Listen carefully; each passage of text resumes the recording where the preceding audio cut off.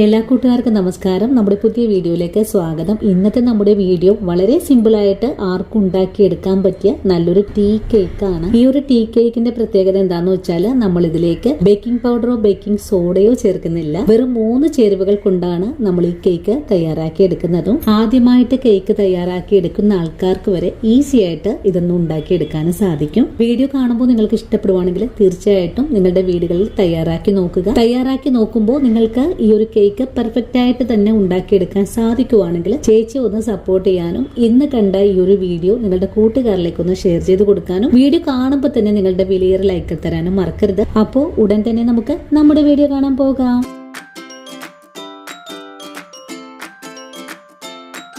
Cake തയ്യാറാക്കി എടുക്കാനായിട്ട് ഞാനിവിടെ 4 കോഴിമുട്ടയാണ് എടുത്തിട്ടുള്ളത്. ഇനി നമുക്കിതിലേക്ക് 1 ടീസ്പൂൺ അളവിൽ വാനില എസൻസ് ചേർക്കാം. നിങ്ങളുടെ കൈവശം വാനില എസൻസ് ഇല്ലെങ്കിൽ ഏലക്കപ്പൊടിയും ചേർക്കാവുന്നതാണ്. നമ്മൾ മുട്ട എടുക്കുമ്പോൾ ഫ്രിഡ്ജിൽ നിന്ന് എടുത്ത ഉടനെ തന്നെ ഉപയോഗിക്കരുത്. പുറത്ത് വെച്ചിട്ട് അതിന്റെ ആ ഒരു തണുപ്പൊക്കെ മാറിയതിന് ശേഷമായിരിക്കണം മുട്ട എടുക്കേണ്ടത്. പിന്നെ ഇതിലേക്ക് 1/4 കപ്പ് പൊടിച്ച പഞ്ചസാര ചേർക്കാം.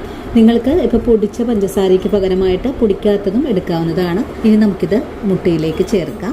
മുട്ടയും പഞ്ചസാരയും കൂടെ ചേർത്ത് നല്ല പോലെ ഒന്ന് ഇളക്കി മിക്സ് ചെയ്തെടുക്കാം. നിങ്ങളുടെ കൈവശം ഇലക്ട്രിക് ബീറ്ററൊക്കെ ഉണ്ടെങ്കിൽ അതുകൊണ്ട് ചെയ്യുന്നതാണ് എളുപ്പം കിട്ടുക.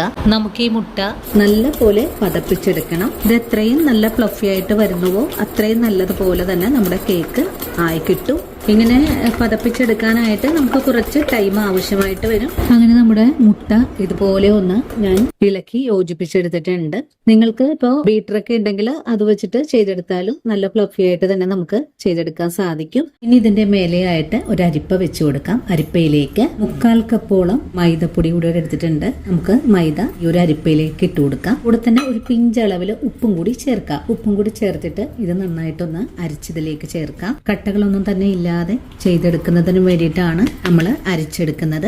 മിക്സിയുടെ ജാറിൽ വെച്ചിട്ട് ഇങ്ങനെ തന്നെ ചെയ്തെടുക്കാം. ആ സമയത്ത് മിക്സിയിൽ ഒരു തരി പോലും വെള്ളത്തിന്റെ അംശം ഉണ്ടാവാനും പാടില്ല. ഇനി നമുക്കിതൊന്ന് നല്ലോണം ഒന്ന് ഇളക്കി മിക്സ് ചെയ്തെടുക്കാം. ഇപ്പോൾ നല്ല ക്രീമി ടെക്സ്ചറിലാണ് നമുക്കിത് മിക്സ് ചെയ്തെടുക്കാൻ സാധിക്കുന്നത്. ഒരുപാട് കുത്തി ഇളക്കി നിങ്ങളിത് ഉടച്ചെടുക്കരുത്. അങ്ങനെ വരുവാണെങ്കിൽ ഈ ഒരു ബബിളായിട്ട് പൊങ്ങി നിൽക്കുന്നതെല്ലാം തന്നെ താഴ്ന്നു പോകട്ടോ. ഒരേ ദിശയിലേക്ക് തന്നെ വേണം ഇളക്കി കൊടുക്കാനായിട്ട്. ഇതുപോലെ ഒന്ന് ഇളക്കി മിക്സ് ചെയ്ത് കഴിഞ്ഞാൽ പിന്നെ നമുക്കൊരു സ്പാച്ചുല വെച്ചിട്ട് ഒന്ന് ഹോൾഡ് ചെയ്തെടുക്കാം. ഇനി നല്ലോണം ഒന്ന് പൊടികളെല്ലാം കൂട്ടിച്ചേർത്ത് നമുക്കിതുപോലെ ഒന്ന് ഇളക്കി മിക്സ് ചെയ്തെടുക്കാം. ഇങ്ങനെ എല്ലാം കൂടെ കൂട്ടി ഇളക്കിയിട്ട് നടുഭാഗത്തൊന്ന് കട്ട് ചെയ്തെടുക്കണം. അങ്ങനെ ഇപ്പോൾ കട്ടകളെല്ലാം നല്ലോണം തന്നെ ഉടഞ്ഞ് കിട്ടിയിട്ടുണ്ട്. ഇനി നമുക്കിതൊന്ന് കേക്ക് ടിന്നിലേക്ക് മാറ്റാം. ഞാനിതുപോലൊരു ചെറിയ കേക്ക് ടിന്ന് എടുത്ത് വെച്ചിട്ടുണ്ട്. ഇതിലേക്ക് ഞാനൊരു ബട്ടർ പേപ്പർ കൂടെ വെച്ച് കൊടുത്തിട്ടുണ്ട്. ബട്ടർ പേപ്പറിന്റെ മേലെയായിട്ട് അല്പം നെയ്യും കൂടെ പുരട്ടിയിട്ടുണ്ട്. നമുക്ക് ഈ ഒരു കേക്ക് ബാറ്റർ ഇതിലേക്ക് ഒഴിച്ചു കൊടുക്കാം. പാത്രത്തിലേക്ക് ഒഴിച്ചു കഴിഞ്ഞാൽ പിന്നെ നമുക്കിതുപോലെ ഒന്ന് ടാപ്പ് ചെയ്ത് കൊടുക്കണം. എയർ ബബിൾസ് ഒക്കെ ഉണ്ടാകും. അതൊക്കെ ഒന്ന് കിട്ടുന്നതിന് വേണ്ടിയിട്ട് നല്ലതുപോലെ ടാപ്പ് ചെയ്ത് കൊടുക്കാം. ഇനി നമുക്കിതൊന്ന് ബേക്ക് ചെയ്തെടുക്കാനായിട്ട് ഞാനിവിടെ ഇതുപോലൊരു ചീനച്ചട്ടിയാണ് എടുത്ത് വെച്ചിട്ടുള്ളത്. ചീനച്ചട്ടിയിലേക്ക് ഒരു തട്ട് കൂടെ വെച്ച് കൊടുത്തിട്ടുണ്ട്. ഈ ഒരു തട്ടിന്റെ മേലെയായിട്ട് നമ്മൾ കേക്ക് ടിന്ന് എടുത്ത് ഇറക്കി വെച്ച് കൊടുക്കാം. ഇനി നമുക്ക് ഈ പാത്രം ഒന്ന് മൂടി വെച്ച് കൊടുക്കാം. മാക്സിമം ഒരു 30 മിനിറ്റ് ആണ് ടൈം ആവശ്യമായിട്ട് വരിക. ഈ സമയത്ത് ഫ്ലെയിം കുറച്ച് വെച്ചിട്ടാണ് ഞാനിപ്പോ പാത്രം മൂടി അടച്ചു വെച്ചിട്ടുള്ളത്. ഇപ്പോൾ കേക്ക് ഒന്ന് വെന്ത് വരട്ടെ. അതുവരെ നമുക്കൊന്ന് വെയിറ്റ് ചെയ്യാം. കേക്ക് ഇവിടെ മൂടി വെച്ചിട്ട് ഒരു 30 മിനിറ്റ് ഒക്കെ കഴിഞ്ഞിട്ടുണ്ട് കേട്ടോ. നമുക്ക് ഈ മൂടി ഒന്ന് തുറന്ന് നോക്കാം. കേക്ക് നല്ല പോലെ തന്നെ പൊങ്ങി വീർത്തൊക്കെ വന്നിട്ടുണ്ട്. ഇനി നമുക്ക് ഈ കേക്ക് ഒന്ന് കുത്തിയും കൂടെ നോക്കാം. കേക്ക് നല്ലതുപോലെ തന്നെ വെന്ത് വന്നിട്ടുണ്ട്. ഒട്ടിപ്പിടിക്കാതെ തന്നെ നമുക്ക് വേവിച്ചെടുക്കാൻ സാധിച്ചിട്ടുണ്ട്. ഇനി നമുക്കിത് താഴേക്ക് ഇറക്കി വെച്ച് കൊടുക്കാം. അങ്ങനെ നമ്മുടെ കേക്ക് താഴേക്ക് ഇറക്കി വെച്ച് കൊടുത്തിട്ടുണ്ട്. ഇനി കേക്കിന്റെ ചൂടൊന്ന് ആറി വരുമ്പോഴേക്കും നമുക്ക് ഈ ഒരു കേക്ക് ടിന്നിൽ നിന്നും ഒന്ന് ഇളക്കിയെടുക്കാം. അങ്ങനെ നമ്മുടെ കേക്ക് ഇവിടെ നന്നായിട്ട് തണുത്ത് വന്നിട്ടുണ്ട്.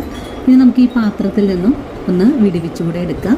ഇനി നമ്മുടെ കയ്യിലേക്ക് തന്നെ പാത്രം ഒന്ന് മറിച്ചെടുക്കാം. ഇനി നമുക്ക് ഈ ബട്ടർ പേപ്പർ കൂടെ ഒന്ന് അടർത്തി മാറ്റാം. ബേക്കിംഗ് സോഡ ബേക്കിംഗ് പൗഡർ ഒന്നും തന്നെ ചേർക്കാതെ നല്ല ഫ്ലഫി ആയിട്ടുള്ള ഒരു കേക്ക് ഇവിടെ റെഡിയാക്കി എടുത്തിട്ടുണ്ട്.